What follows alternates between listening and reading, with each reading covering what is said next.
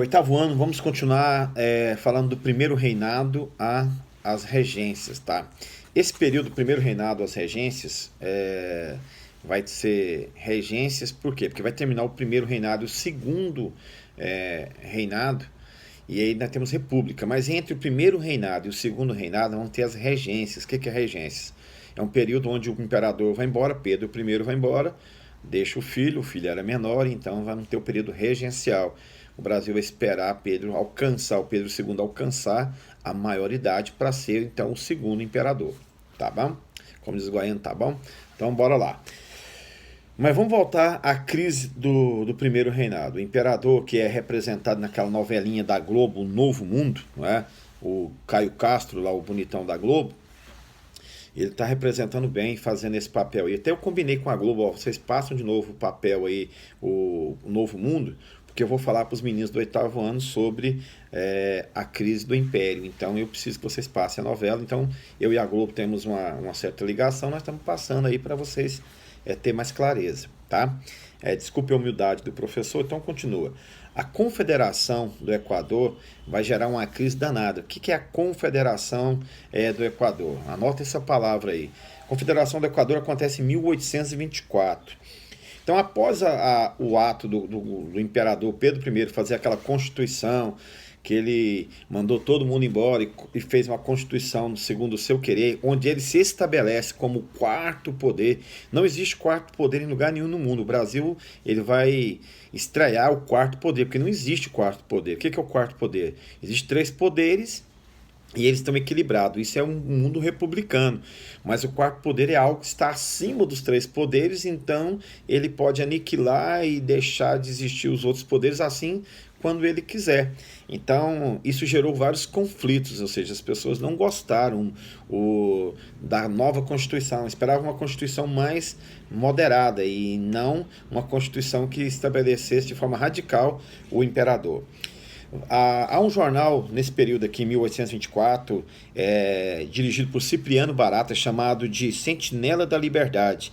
Ele divulgava ideias republicanas, ideias de liberdade, ideias de pátria, de liberdade. Então, essa ideia de pátria, de liberdade, de república, não fizeram bem para o imperador. O imperador, havia poucas pessoas que sabiam ler, mas das que sabiam, foram alertadas para uma nova possibilidade. O jornal alertou para uma nova possibilidade. Qual a nova possibilidade? Existe um mundo sem ser mundo de imperador. Existe um mundo republicano, existe um mundo onde há liberdade, existe um mundo onde a expressão de todo mundo é respeitada. Existe um mundo com menos desigualdade social, pelo menos na teoria. Então, isso trouxe um alerta para olhar o imperador de forma não bacana. Então o imperador sofria com o jornal, o Sentinela da Liberdade, com as ideias republicanas que rolavam no jornal, vendendo essa ideia de república. A alta dos escravos trouxe problema para a elite brasileira. A elite sempre é que vai tomar a iniciativa de manter ou retirada de alguém do poder. Então a elite estava muito chateada porque os escravos vinham de Portugal para o Brasil em alto preço. Então o imperador não fazia nada na visão deles, então os escravos chegavam aqui com altíssimo preço. Há uma revolta também em Pernambuco. O presidente da província de Pernambuco foi retirado. E um líder lá chamado Frei Caneca, um padre, né, ele organizou, ele simplesmente organizou para o país Brasil deixar Pernambuco se tornar um país. Qual o desfecho então dessa tentativa? O desfecho foi o de sempre, né? Morte dos líderes, repressão ao movimento, aniquilação do movimento. Então, o Brasil estava nesse contexto de todos contra o sentimento do imperador. Tá. E para piorar tudo isso, o Brasil numa crise econômica, o imperador Dom João volta para Portugal, leva o ouro do Brasil. Para melhorar a economia, Dom Pedro I tenta fazer papel moeda, vender aqui, aumentar a fabricação das moedas brasileiras, e isso vai gerar inflação, vai diminuir o preço, o valor da moeda local, como sempre. Tá, o Brasil vê essa crise danada. Dom João morre em 1826 e Dom João era rei de Portugal. Então, o príncipe aqui do Brasil, o senhor Dom Pedro I, seria o candidato natural a assumir Portugal e se tornar então rei de Portugal. Só que ele abre mão do trono em função da sua filha, Maria da Glória, sua filha.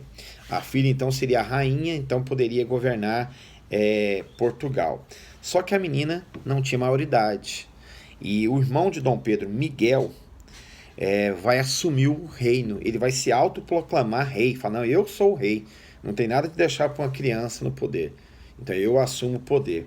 Então isso vai gerar uma crise econômica, uma crise política entre os dois irmãos, Pedro e Miguel. Então o Brasil estava numa crise danada, Portugal numa crise danada. E Dom Pedro mais preocupado em salvar o trono, mais preocupado em garantir o trono, do que resolver os problemas internos.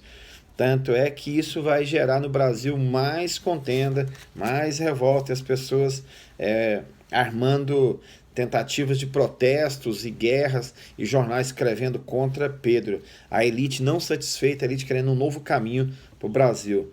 E também era a possibilidade de grupos políticos tomarem o poder, né? Falando, se esse imperador vai embora, os grupos políticos vão assumir, que nós vamos ver a aula passada, essa guerra política de grupos liberais, grupos moderados, você vai ver na aula que vem essa tentativa. Tá, então volta à Guerra Civil, Pedro I e Miguel.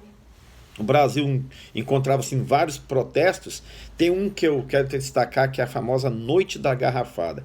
1831, preste bem atenção, os brasileiros chateados, no Rio de Janeiro, chateados com o imperador, para mexer com a honra do imperador, eles foram à casa dos portugueses que moravam no Rio e começaram a atacar, a fazer protesto em frente às casas dos portugueses que aqui moravam.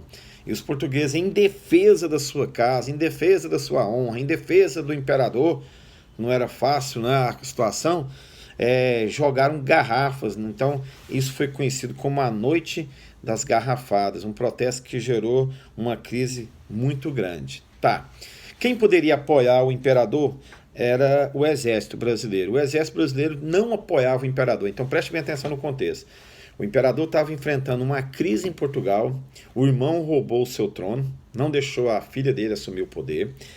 Ele está enfrentando uma crise interna violenta, então enfrentava crise interna e externa. Portugal enfrentando uma crise, acusando ele de omissão, de deixar o irmão assumir o poder sem poder assumir o poder. Internamente, não tinha apoio da elite, a elite estava chateada, o Brasil vendo uma crise econômica, uma crise política. Havia possibilidade de mudar o quadro, virando um país diferente.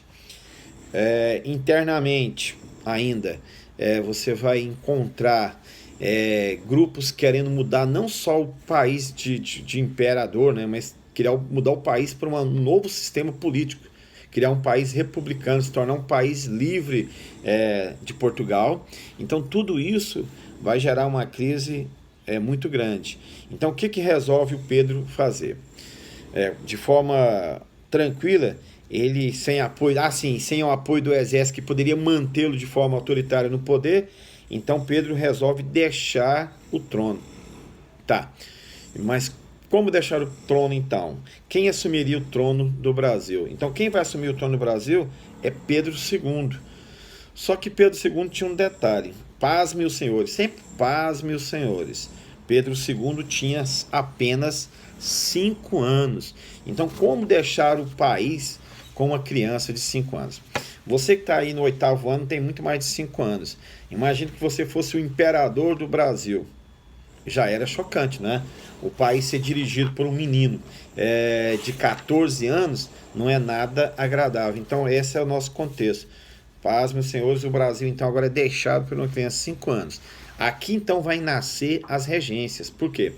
Quando o Pedro II assume, ou fica no poder, porque ele assume, ele fica no poder, uma criança de 5 anos, ele vai ter que ser orientado até ter 18 anos.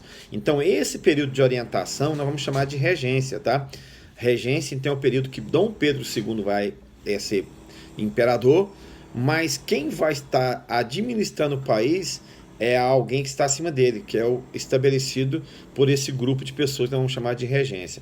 No primeiro momento, nós vamos ter uma regência trina. 3 pessoas vão cuidar do Brasil. Depois, a regência vai se tornar única, né? Ou una, tá bom? Então, aula que vem, nós partimos desse pressuposto, desse embaraço político aí. E o Brasil, então, agora está sendo governado por uma criança de 5 anos. Bacana? Como diz o professor de História, paz, meus senhores. Fique em casa, fique em paz.